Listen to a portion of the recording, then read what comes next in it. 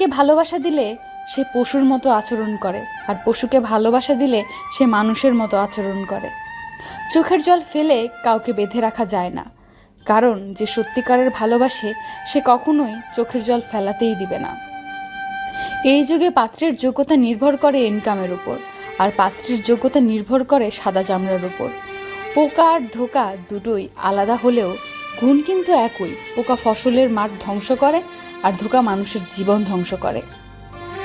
জীবনে একটা কথা মনে রেখো, কারো স্বপ্ন নষ্ট করে কোনোদিনও নিজের স্বপ্ন সাজানো যায় না।